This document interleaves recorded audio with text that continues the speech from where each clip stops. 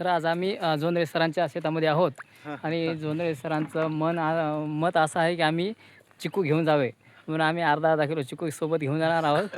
म्हणून आज नाही नाही, अर्धा अर्धा किलो नाही पाहिजे तेवढे. नाही, जेवढ्या नाही. नेत्या सरांना तेवढं मी देणार आहे. नाही, नाही. घ्या घ्या, काय नाही. पण आला हा मला एक एक माझा मित्र इथून एवढं लांबून आले आणि त्यांना नाही दिलं तर मला काय, माझ्याकडे बागायत आहे आणि बागायतीचा तर लाभ तर घेतला पाहिजे. या दृष्टीने आम्ही दोघे, हे ताजने सर हे माझे खास मित्र. आम्ही कोकण साहित्यवासीचे सर्व कोकण साहित्य परिषद डहाणूचे सभासद, मी कार्यवाह. या दृष्टीने मला त्यांना जे माझ्याकडे फुलं आणि पाकळी आहे ते देणं भाग आहे. माझ्याकडे जी वस्तू आहे त्याने मनसुक्त आनंद लुटावा. आज डहाणू येथे अगदी समुद्राच्या अगदी जवळ त्यांचं घर पण आहे आणि शेती पण आहे. 10 एकरची शेती त्यांची चिकूची आहे. म्हणून आज ताजने सर आणि मी त्यांच्या खास शेतामध्ये आलो आहोत.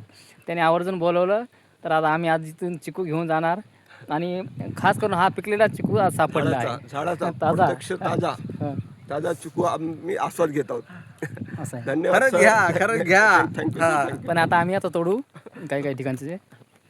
तर हे आहे त्यांचं छान असं शेतीचं. आम्ही पण असं तोडण्याचा आनंद लुटणार सगळा ना. आम्ही पण या या इकडे हे जांबूचे झाड पण बघा, दाखवा.